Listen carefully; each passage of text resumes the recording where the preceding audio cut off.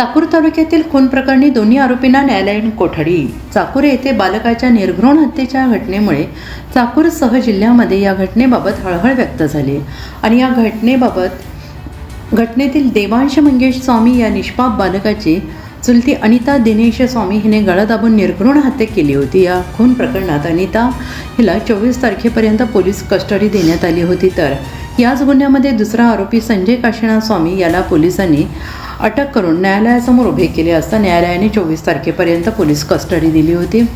आज रोजी या दोघांनाही न्यायालयासमोर हजर केले असता न्यायालयाने त्यांना न्यायालयीन कोठडी सुनावली आहे। चाकूर शहरातील जुन्या महादेव मंदिर भागामध्ये एका चिमुकल्या बालकाची त्याच्या चुलतीने आणि संजय स्वामी या दोघांनी हत्या केली।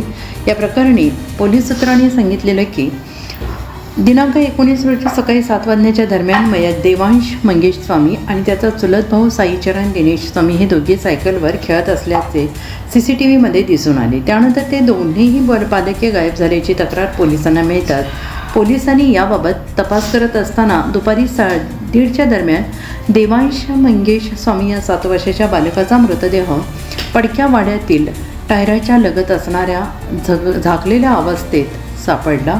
पोलिसांनी चक्रे गतिमान केली आणि या प्रकरणी स्वतः पोलीस अधीक्षक अमोल तांबे, अप्पर पोलीस अधीक्षक मंगेश चव्हाण, विभागीय पोलीस अधिकारी रवींद्र चौधरी, चाकूर पोलीस ठाण्याचे पोलीस निरीक्षक बालाजी भेंडे यांनी वेगवेगळी पथके तयार करून तपासाला गती दिली असता या प्रकरणी चुलतीवर संशयित चुलती अनिता दिनेश स्वामी हिला ताब्यात घेण्यात आली, तर तिनेच स्वतःचा मुलगा साईचरण दिनेश स्वामी याला लातूर येथे पाठवून गायब असल्याचा बनाव केल्याची घटना उघड झाली। दिराचा मुलगा पुतण्या देवांश मंगेश स्वामी वय वर्ष 7 यास गळा दाबून मारल्याचे पोलिसांकडे तिने कबुली देतात या खुनाचे खरे चित्र समोर आले।